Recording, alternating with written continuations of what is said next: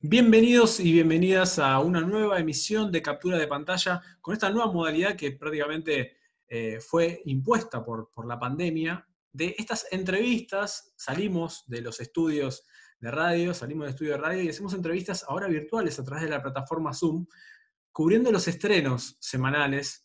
Y tenemos la oportunidad de entrevistar al director de una de las películas también del momento, uno de los últimos estrenos que se puede ver a través de la pantalla de Cinear Play. Estamos hablando de una película que nosotros ahora vamos a hablar de lo que es, pero que da mucho para hablar. Es una película que nos presta a que nosotros, al debate mismo, y a que hablemos del lindo debate, ¿no? De lo que genera el cine. Y tenemos a su director con nosotros, estamos hablando de la película Al Acecho, una película protagonizada por Rodrigo de la Serna, y tenemos el lujo de recibir a su director, a Francisco de Eufemia. ¿Qué tal, Francisco? ¿Cómo va? Gracias por estar en captura de pantalla. Por favor, ¿qué tal? Buenas tardes, ¿cómo andan? Muy Muy bien. bien.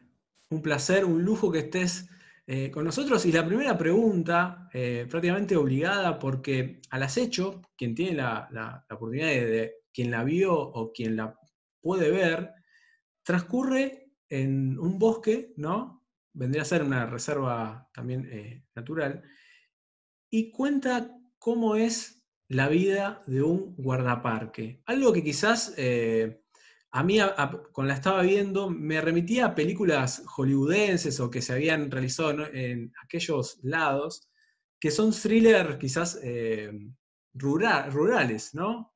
Con ese tipo de descripción.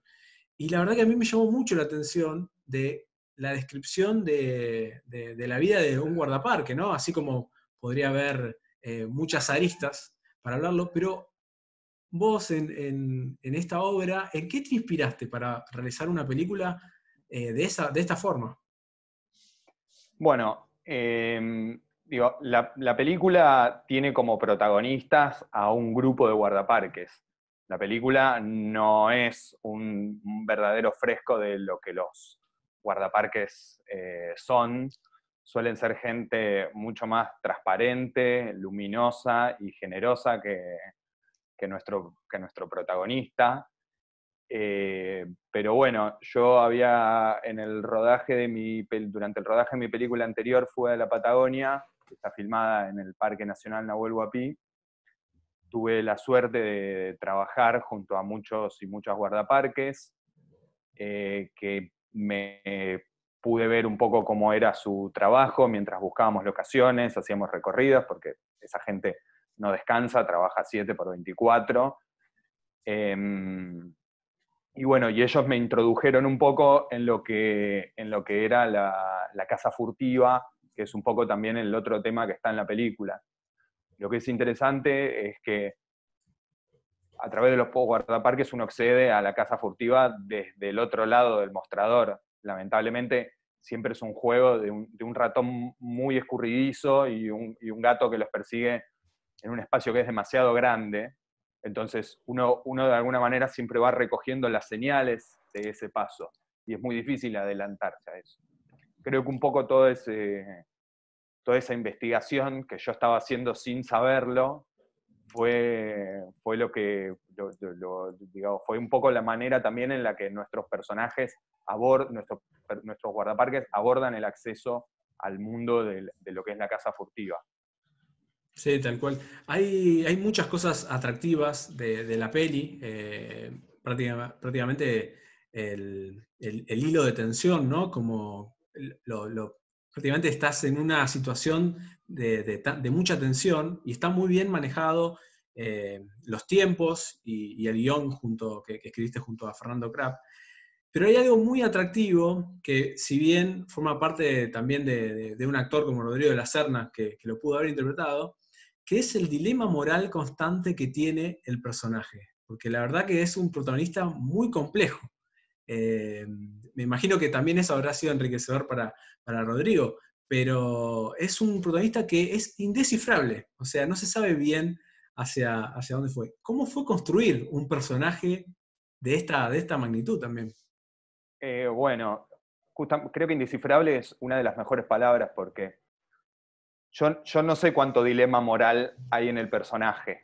Me parece que el dilema moral es algo que más que le corresponde al espectador.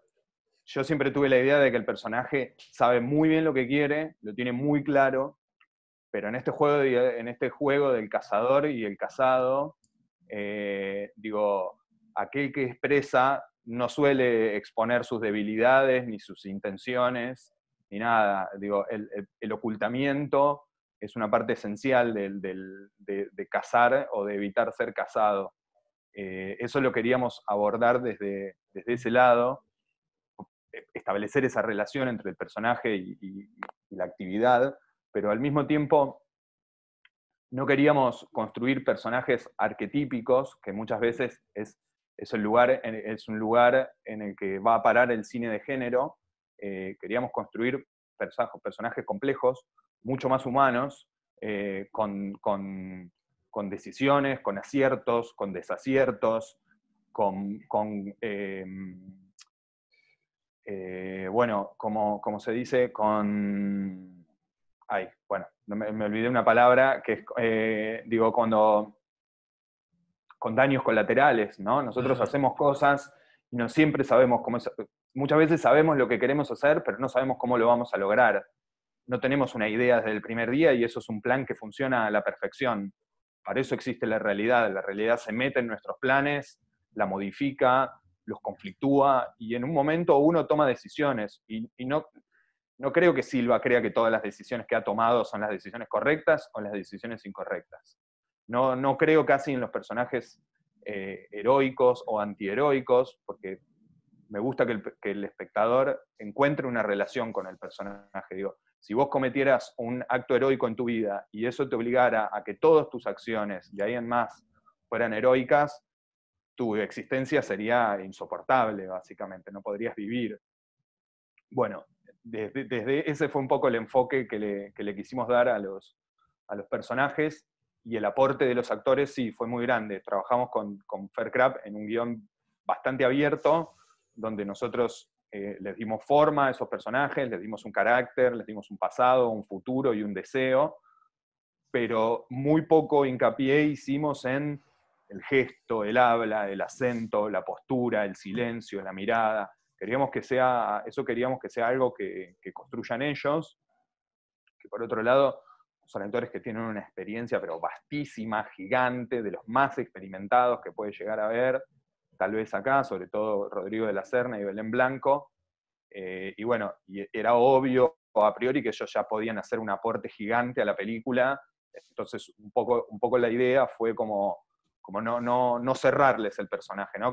Casi como ofrecerle una sombra del personaje y que ellos le terminen de dar la cara y le pongan la luz que necesitan, unos más iluminados, otros más oscuros, pero que eso lo terminen de hacer ellos, y eso estuvo buenísimo porque, claro, vos eso lo encarás en el principio, en los ensayos, en las primeras lecturas del guión, pero a medida que va avanzando el rodaje, los actores se van metiendo cada vez más adentro de sus personajes, y llega un punto que ellos saben mejor qué es lo que el personaje, saben cuál es la respuesta indicada para el personaje, digo. El trabajo de uno más que nada es encauzar eso dentro de lo que es la trama de la película. Pero ya en un punto ellos sabían, no sé, Belén siempre decía, no, bueno, pero Camila esto no tiene que decir esto. Así que, bueno, decía, bueno, pero yo te busco una manera de contar lo mismo sin decirlo. Entonces agarraba ahí, se escapaba unos 2 minutos, se juntaba con Rodrigo, hablaban algo, y venían y decían, bueno, mira, todo esto que yo decía acá, me gustaría ver si lo podemos poner así. Ahí evaluábamos cuánto cambiaba eso, el guión, digamos, o la trama de la película, y en la mayoría de los casos eran cambios que mejoraban ampliamente lo que teníamos, así que bueno, eso iba entrando a lo largo de toda la película, y ni hablar con Rodrigo, que estuvo absolutamente todo el rodaje, del primer minuto al último minuto de todas las jornadas en el set, porque es una película en la que él está muchísimo, así que bueno, era él, y aparte él tenía mucha interacción que tiene con lo que descubre, con el entorno, no interacción con otras personas, y eso era algo difícil de construir, porque por un lado había que hacer avanzar la trama, Tuki, para un lado, para que la película avance, y por el otro lado, ese avanzar de la trama no tenía que estar soportado en develar qué es lo que va sucediendo. Entonces, había que avanzar a la trama como con el freno de mano puesto, ¿no? Y bueno, y eso Rodrigo lo hizo espectacularmente bien, la verdad. Francisco, un poco siguiendo la línea esto de los personajes y lo que preguntaba Adri al principio, una de las cosas que hablábamos y lo que nos llamaba más la atención es ¿por qué la decisión de hacer una película sin héroes? Y más que nada hablando de, de gente que está de guardaparques, ¿no? O sea, que son como personajes que uno de alguna manera imagina tan nobles. ¿Por qué esa idea de ya plantear la película sin héroes, digamos? Bueno, no, en realidad no tiene que ver con un deseo de hablar del mundo de los guardaparques. El mundo de los guardaparques es completamente distinto a lo que, por lo menos hasta lo que conocí yo, es completamente distinto a lo que retrata la película. O sea, la película toma a los guardaparques porque toma el escenario, porque toma los personajes, porque quiere tomar un mundo y adentro de ese mundo hablar de algo que es cómo nos relacionamos con el espacio que nos rodea, ¿no? Muchas veces, y me parece que ya es más en términos de los humanos. Lo que pasa es que, bueno, los guardaparques es su trabajo y están obligados a estar ahí, ¿no? Pero digo, lo que me cuestiono es un poco cómo nos relacionamos con el espacio, cómo nos relacionamos con la vida silvestre. Digo, hoy en medio de esta horrible pandemia, eso se resignifica, no era algo que teníamos pensado, pero digo, la relación de las personas con lo silvestre, digo, hoy están más en discusión que nunca, por suerte, el planeta no aguanta más, absolutamente. Entonces, era un poco poner en discusión eso o sea, sin opinar sobre lo que son, sobre lo que es la labor de los guardaparques. Digo, usar guardaparques para contar la película nos daba un mundo muy, muy cerrado, digamos, donde el cazador y el cazado está clarísimo, digo, está quien guarda el parque y quien atenta contra el parque, si se quiere, ¿no? Entonces, ahí nos daba un mundo donde las relaciones se podían cruzar muchísimo, pero eso es todo lo que tiene que ver con el cine de género, y la realidad es que está bastante alejado de lo que es la realidad. Digo, es como la gran cuota de ficción que tiene metida la película adentro. Y Frank, en ese mundo que vos te metés, ¿cómo fue el rodaje? ¿Cómo fue la producción de ese rodaje, teniendo en cuenta que se filmó con muchos animales, que se filmó, como decís vos, como en una burbuja? Contanos un poco cómo fue todo ese proceso. Bueno, la película está toda filmada en el Parque Pereira Iraola, prácticamente, salvo una sola escena. Es un lugar muy conocido para muchos de los que viven en La Plata o en zona sur de Gran Buenos Aires, pero al mismo tiempo el parque tiene una suerte de lado B que no es tan conocido, donde es un monte bastante cerrado, donde no se escucha, no se sabe bien de dónde provienen los sonidos que se oyen, hay una humedad, tiene su propia temperatura. Digo, el parque tiene ese sector del parque tiene como una personalidad muy importante que nosotros tratamos de reflejar en la película, y al mismo tiempo a nosotros como trabajadores del cine, digo, nos ingresaba constantemente. Digo, si vos armás un Parque Pereira en un estudio, no vas a poner el aire acondicionado en donde que haga frío, porque vas a estar dentro de un estudio y puedes estar cálido dentro de un parque. Bueno, ese frío al actor le da un tiritar. Ese tiritar se traduce en la acción. Digo, ese tiritar es algo con lo que trabajar, esa piel de gallina es algo con lo que trabajar. Estar ahí, te llenás de barro, tenés los pies mojados. Digo, no es lo mismo para un actor. Tal vez muchos actores o actrices no les interese trabajar así, no digo que tiene que ser la regla, digo, pero según dijeron los que laburaron en la película, digo, como que eso se impregna, ¿no? Y a uno lo ayuda a trabajar, toda esa realidad que se viene encima. Y el rodaje fue bastante tranquilo para lo que es en escenarios naturales. Filmar en escenarios naturales requiere estar súper atento porque todo el tiempo se está pudiendo colar algo que uno no puede controlar o no puede manejar, y también obliga a hacer un ejercicio práctico muy interesante, que es, no podés ir a contrapelo de eso que está pasando en la realidad en la que estás. Entonces tenés que encontrar la manera de eso encauzarlo adentro de tu película, porque parar de filmar 2 horas no podés porque esté pasando algo. Entonces hace también que como director uno tenga que estar muy atento a todo lo que pasa alrededor, y yo creo que eso a muchos directores tal vez los distrae. A mí siento que me refresca el trabajo, porque vos esto lo escribís, lo reescribís, vas a la locación, fuiste 10 millones de veces, haces el plan de rodaje. Digo, está todo programadísimo. Yo siento a veces que si ya tenés todo tan programado, digo, no debe faltar tanto para que un algoritmo pueda filmar la película. Me parece que hay que dejar entrar como un poco eso para que tenga razón de ser que estemos los humanos detrás de una película, para que la película tenga un poco más de espíritu, ¿no?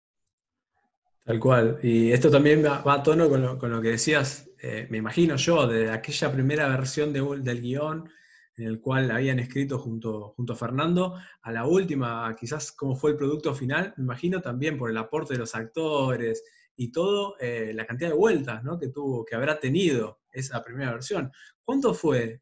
¿Cuánto tiempo transcurrió desde aquella primera versión del guión o desde aquel momento que vos tenías la idea hasta que realmente fue el proceso? Como para también dar en dimensión, quizás hay muchos, eh, eh, nos escuchan quizás muchos que son estudiantes de dirección de cine y demás, y quizás se frustran por proyectos que tienen, que los vienen pensando, pero bueno, contanos también para saber, desde aquel primer momento de la idea, los primeros bocetos, hasta el producto final.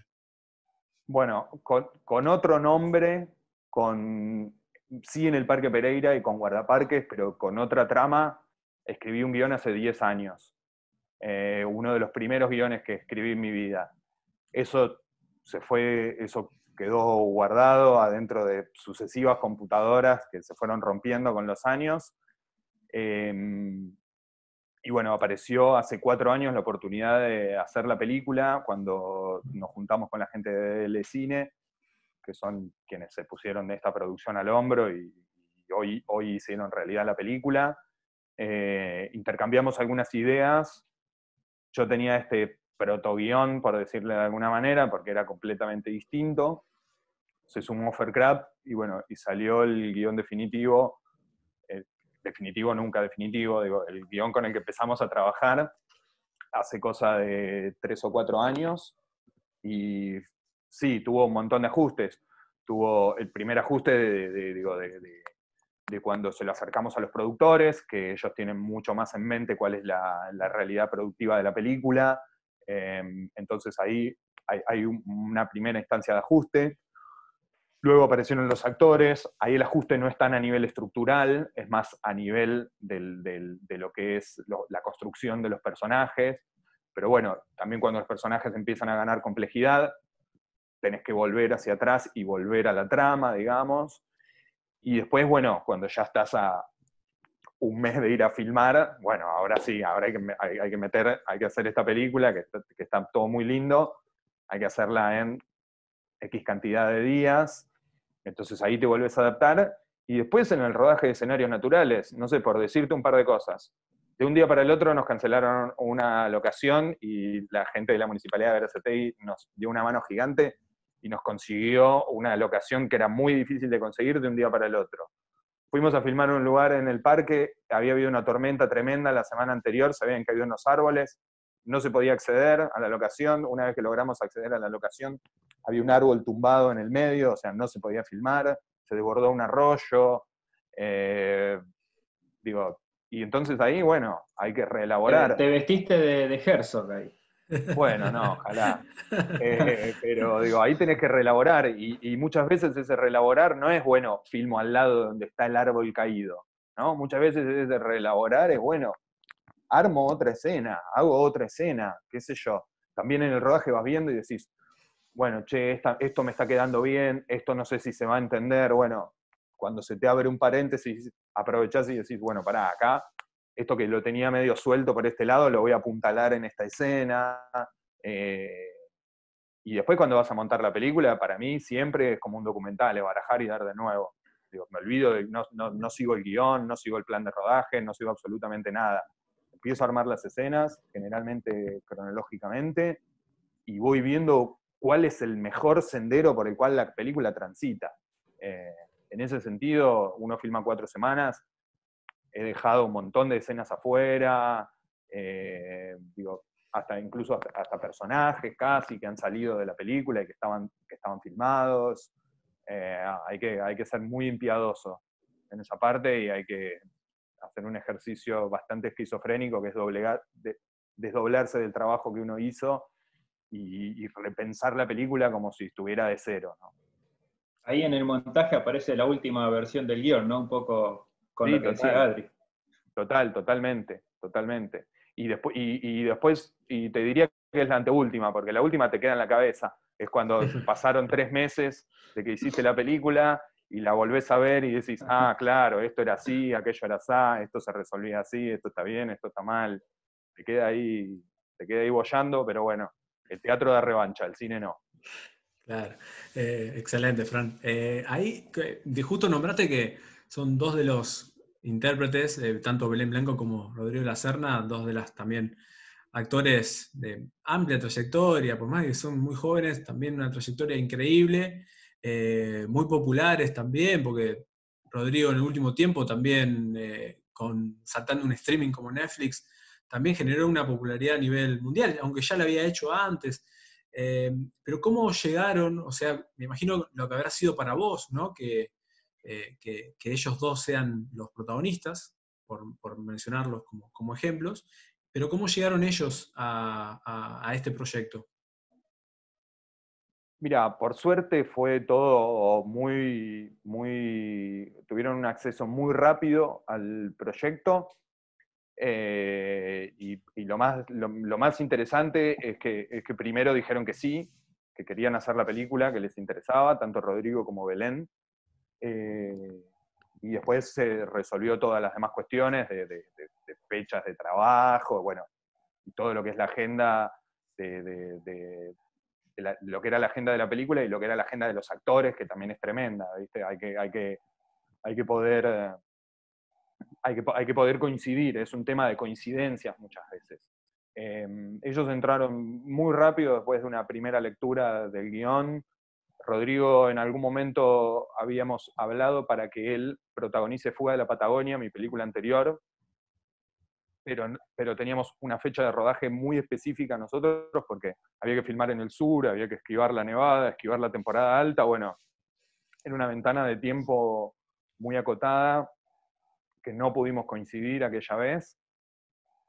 Y bueno, y ahora se dio, también se dio en el medio me acuerdo que bueno, salió lo de la casa, su ingreso a la Casa de Papel, salió creo que previo a nuestro rodaje, pero durante un scouting, digo, se dio como ahí medio en simultáneo y bueno, pudimos coincidir y bueno, la verdad que no solo yo, digo que soy también bastante nuevo dentro de todo esto, sino todo el equipo que laburaba en la película, que eran casi todo gente muy joven, bueno, se llevaron una experiencia profesional de la hostia, laburando con estos monstruos.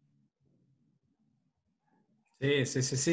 Y aparte esta cuestión, ¿no? Porque quizás muchas veces sucede, ¿no? Que uno quizás me imagino cuando escribiste el guión, lo escribiste quizás teniendo algo abstracto con respecto al personaje, como quizás sería. Pero ahora que me decís que hace 10 años, ¿no? O cuando en realidad cuando estabas haciendo tu peli anterior, también tenías a Rodrigo en la cabeza como actor, me imagino también, ¿no? Que uno cuando escribe tiene como determinadas características. ¿Por qué te digo esto? Porque yo cuando veo la peli, cuando uno y el espectador la puede ver en cualquier momento, cuando ve el papel de la Serna, uno dice, pero esto está escrito como para Rodrigo de la Serna, ¿no? Porque semejante bestia lo que hace, porque está todo como muy naturalizado. Eso habla también de tan buen guión y también de la bestia actoral que es Rodrigo.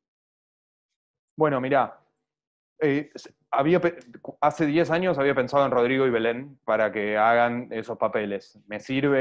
Básicamente me sirve imaginarme a alguien haciendo el papel a la hora de escribir, digo, ponerlo en carne.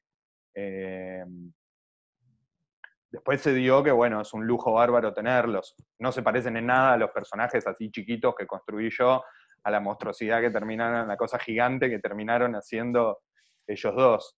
Rodrigo sí, pareciera que el papel fue escrito para él, pero también es interesante porque él en gran medida acepta hacer el papel porque es un papel que no se parece a los papeles que él suele hacer. Entonces, parece que está hecho a medida para él, pero no es un papel como lo solemos ver a Rodrigo, que es un personaje que suele ser muy abierto, muy sonreidor, muy charlador. Bueno, todas esas características se las aniquilamos, pobre, con este personaje que le dimos, que es medio que es una piedra el tipo, ¿no? Una piedra no por lo pesado, sino una piedra por la expresividad que el personaje tiene, por lo poco conectado que está con su sensibilidad, por todas sus características.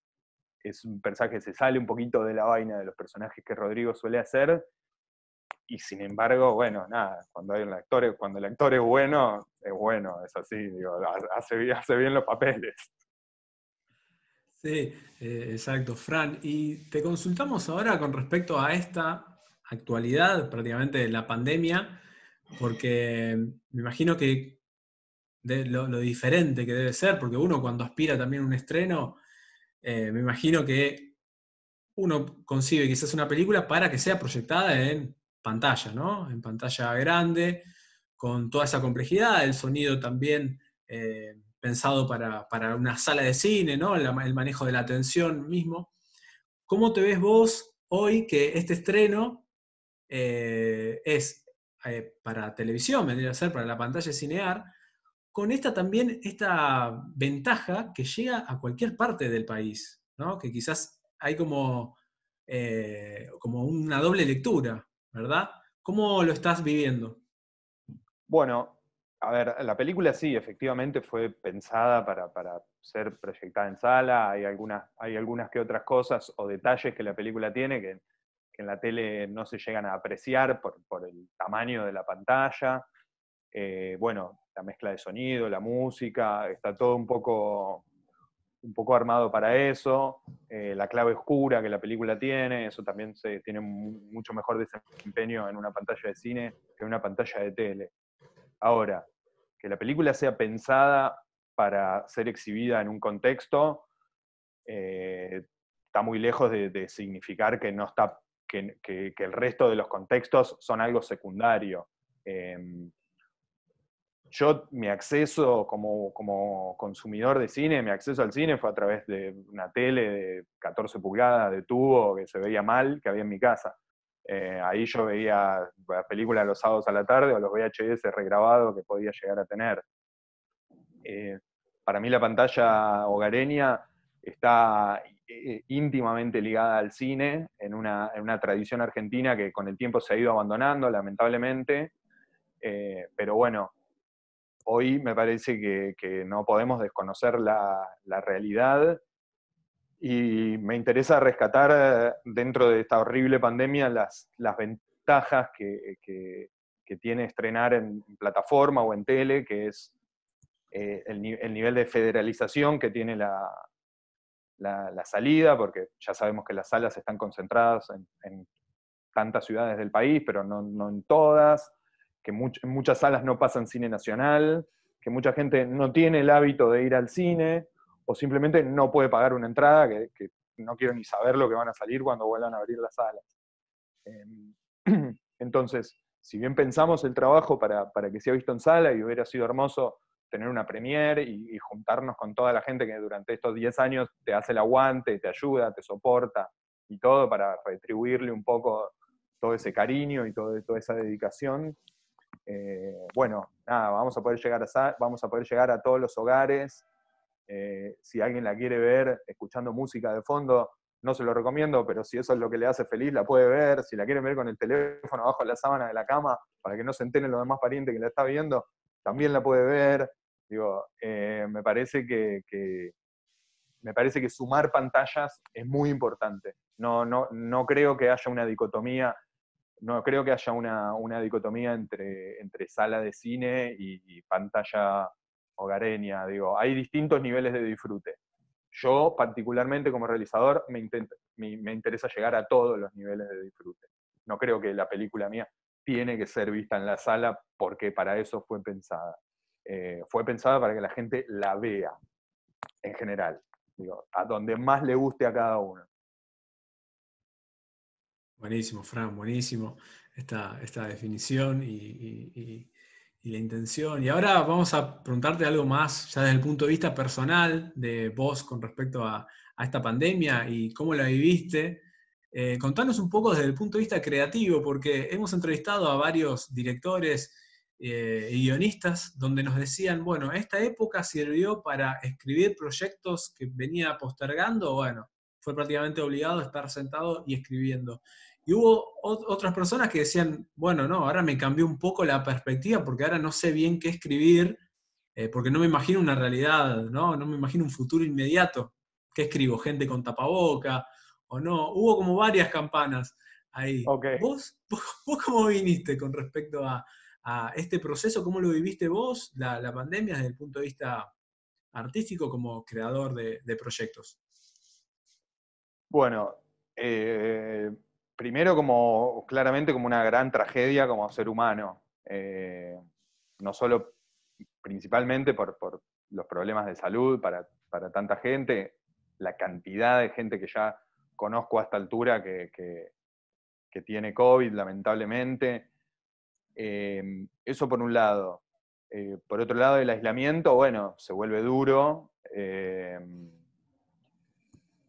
No sé si soy un ser bastante solitario de alguna manera, así que en ese sentido no sé cuánto cambia mi realidad del minuto a minuto, pero bueno, inevitablemente estar preocupadísimo por el futuro de la industria cinematográfica y de todas las industrias nacionales, por supuesto, porque, bueno, como decían antes, evidentemente otros colegas no se sabe cómo va a ser la nueva normalidad, pero bueno, yo aproveché bastante el tiempo este de soledad para avanzar para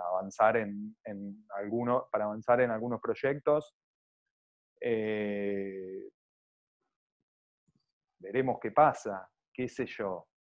No sé, no creo que haya que esperar a tener una señal para poder trabajar. A mí me interesa trabajar siempre trabajo por mi propio camino, digo, y después de última voy viendo cómo mi camino se adapta a la realidad del momento.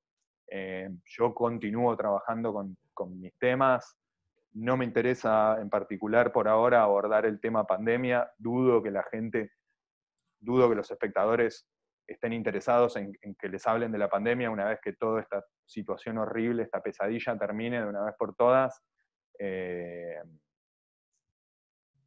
No sé, a mí en particular no me interesa volver al padecimiento que ha generado esto, pero sí, qué sé yo, sí, tratando de seguir pensando, aprovechar el tiempo. También la realidad es que yo por lo menos particularmente paso mucho más tiempo conectado en redes y esa clase de cosas, y eso, bueno, ayuda y no ayuda al trabajo creativo, ayuda en su justa medida, entonces también hay que encontrarle el punto, ¿no?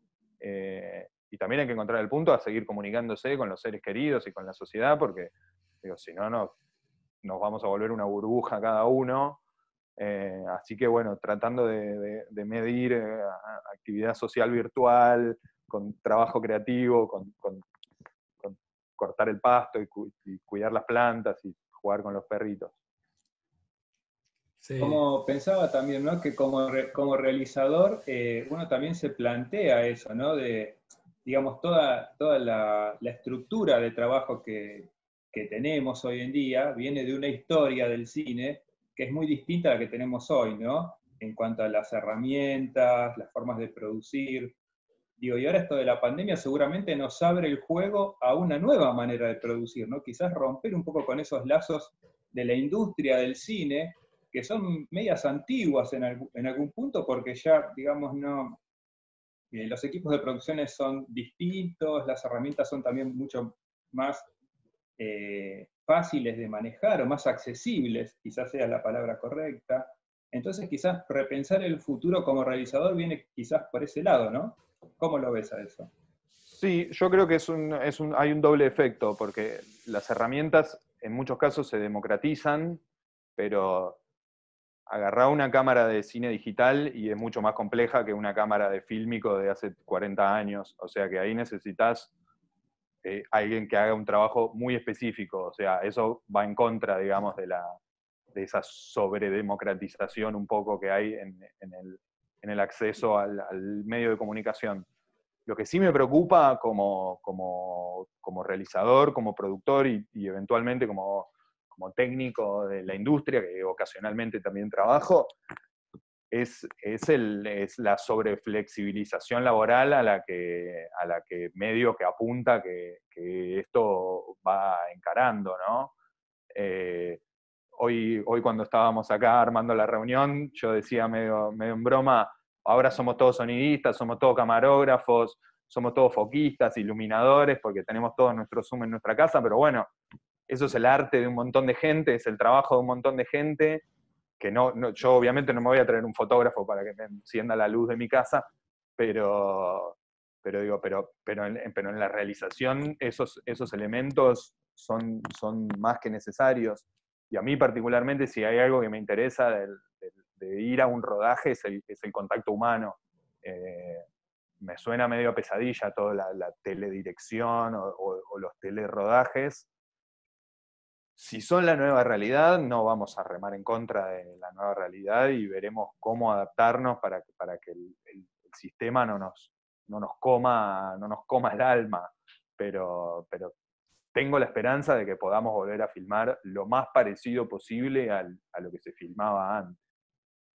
Excelente. Sí, no, yo Bueno. me refería más bien como digamos, a que sin duda la industria está en crisis hoy en día, ¿no? Digo, tanto el Inca como los diferentes sectores audiovisuales. Entonces, digo, quizás desde ese lugar habría que repensarlo, no en el desmedro de la técnica, sino más bien en repensar de alguna manera de cómo sobrellevar esta crisis, que Sí, ya estaba antes de la pandemia. sí, claro, eso te iba a decir. La crisis del cine nacional, en ese sentido, viene de larga data. Seguimos, si no, sí. No, está bien, está bien. Yo, en relación a tu pregunta, yo creo que la gran problemática que atraviesa el cine nacional desde hace más de 20 años, te diría, o incluso más, es un problema de distribución. Si vos mirás, la cantidad de películas argentinas que se producen son un montón, son de muchísimas, cada vez está más federal la producción, por un lado. Si vos mirás las grillas de los festivales internacionales de todo el mundo, vas a encontrar en las competencias siempre una película argentina, siempre. Y ni hablar si mirás en las ganadoras. Y después los técnicos y las técnicas y directores y directoras argentinas trabajan en cualquier cinematografía porque tienen nivel internacional cualquiera. Entonces, uno diría, bueno, tenés el conocimiento, tenés la estructura, ¿por qué no hay un auge del cine nacional? Bueno, el gran problema es la distribución. Para mí el gran problema de la distribución está desde que aparecieron las megasalas. Las megasalas cambiaron el juego de cómo se consume cine en el mundo, no solo en Argentina. Y bueno, y ahí el cine nacional no ingresa muy poco, las salas y las distribuidoras suelen jugar muy sucio con la producción nacional, siempre estamos dependiendo de si el gobierno de turno aplica o no aplica una ley que existe, con una cuota de pantalla que existe, pero si se regula, no se regula, si se le regula a si se le regula al otro.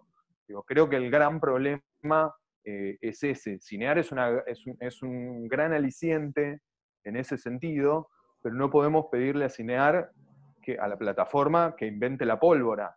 Después del público nacional haberse retirado de las películas argentinas, en muchos casos, durante décadas, eso se vuelve un problema generacional. Bueno, va a llevar tiempo, hay que seguir alimentándolo.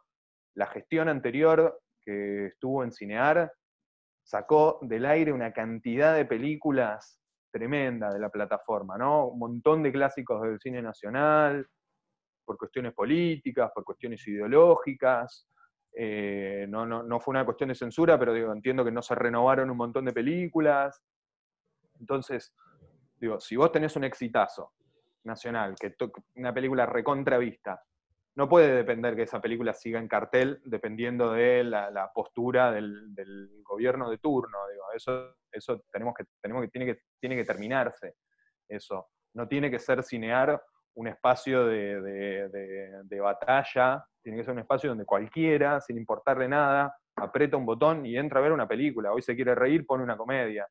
Se quiere asustar, pone una de terror. Digo. Me parece que quiere pensar, pone una película que hable de política, digo, ¿no? No es que no tiene que estar eso en la discusión, pero me parece que también es un poco responsabilidad de nosotros, de los realizadores, como aprovechar esas pantallas y empoderar esas pantallas.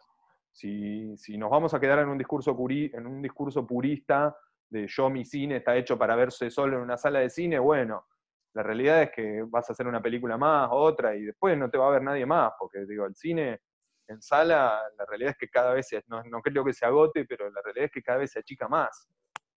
Entonces, no podemos renegar de estas pantallas o mantenernos en una postura, en mi opinión, ¿no? Mantenernos en una postura despectiva respecto a las pantallas hogareñas o las pantallas chiquitas, porque digo, es contrafáctico. La realidad va hacia ese lado, digo, esquivarla es taparse los ojos y salir a correr. No, es muy lindo lo que decís y es algo que no lo hemos hablado con nuestras anteriores entrevistas, que esto que vos decías de alguna manera reivindicar la pantalla, ¿no? La televisión, en donde, como bien decís, muchos de nosotros vimos nuestras primeras películas de cine ahí, y de alguna manera volver a eso es para pensar, ¿no? ¿No, Adri? Sí, tal cual. Y es que prácticamente esta cuestión que nosotros decíamos, aparte que federaliza, ¿no? Y es algo quizás increíble donde sabés que quizás la peli que hiciste, me imagino yo quizás como comunicador, que algo que estoy diciendo puede llegar a un pueblo de Salta, que puede llegar a cualquier parte del país. eh, y debe ser también una suma de orgullo. Me imagino que hay un montón de cuestiones que hay que resolver con respecto a lo de la industria y también los servicios de streaming que ahora vinieron y prácticamente colapsan, ¿no? Porque por la cantidad de contenido que generan, porque ahora ya hay muchísimo como contenido que se genera. Y coincido con esto de Fran, lo que hablaba del tema de la picadora de carne, de las alas, ¿no? Que realmente fue todo muy angustioso, pero me imagino que las pelis pueden estar conviviendo, ¿no? Pueden estar también, la peli puede estar en pantalla grande y puede haber producto, coincido ampliamente con Fran, este tema de que bueno, mi peli que se vea, y cuanto mejor, más cosas se vea, si se ve en el celular, bueno, que se vea en el celular. Digo, a quien le gusta ir al cine, no la va a mirar en el celular. A que le gusta ir al cine, se va a pagar si tiene la posibilidad, se va a pagar una entrada de cine. Si la tiene que ver en la casa, no la va a ver en el celular. Si le gusta ir al cine y no puede pagar la entrada, la verá en la tele, pondrá el sonido fuerte, cerrará la luz, tratará de emular lo mejor posible una situación de sala. Pero hay una cosa que es muy interesante, porque vos recién decías, tal vez en un pueblo de tal lado no se puede ver. Me interesa, siempre medio que pongo el mismo ejemplo. En la provincia de Jujuy hay 2 salas de cine, ¿no? Deben vivir, no sé, 1 millón de personas en la provincia de Jujuy. No estamos hablando de un pueblo. No es un pueblo, es una provincia entera, ¿entendés? Y tiene 2 salitas de cine. ¿Quién puede acceder a eso? O sea, incluso si la sala funcionara al tope, suponete, ¿no? ¿Cuál es la proporción de gente que está pudiendo acceder a la película en ese lugar? Es bajísima. Es bajísima. En el caso de que pudiera acceder y llenar a la sala, ¿no? Sigue siendo bajísima. Entonces, está buenísimo tener la oportunidad de quien puede pagarlo y le gusta, que lo consuma como eso. Digo, la película está pensada para eso. El público que no se va a ver en cine pero quédense tranquilos que estaba pensada para cine la película. Pero que esté pensada para cine no significa que vaya en detrimento de cualquier otra pantalla que la pueda replicar y que haga feliz al espectador. Digo, la onda es que la vean. Tal cual, tal cual. Excelente, Fran. La verdad que un placer haberte tenido acá en captura de pantalla. Un lujo increíble, así que estamos muy agradecidos con vos. Bueno, gente, muchas gracias. Muy, muy linda la entrevista. Siempre es lindo hablar de la película y también de un poco todo lo que pasa alrededor de las películas, que a la gente no le importa mucho, porque a mí me importa ver la película y que esté buena, que me llegue, que me emocione, o lo que sea. Pero bueno, como es lo que hacemos y lo que sabemos hacer, siempre recurrimos un poco a eso. Así que, dicho todo esto, digo, no se la pierdan, la película tiene tiros, piñas, quilombo, hay de todo, es súper entretenida y está increíblemente bien actuada. Excelente, Fran. La verdad, un placer enorme. Invitamos a todos a que vean Al Acecho por Cinear Play. No se la pierdan. Por favor, tiene todo aquello que dijo Fran, pero bueno, él es el director, ¿no? Lo puedo decir, pero nosotros que somos también desde el punto de vista neutro y somos consumidores también, es una película imperdible y que la verdad que no son esas películas que le dan todo consumido. Son películas para sacar propias conclusiones. Y eso también vale la pena mencionarlo. Así que, Fran, un placer enorme. Muchas gracias por estar en captura de pantalla. Bueno, muchachos, muchas gracias. Hasta luego.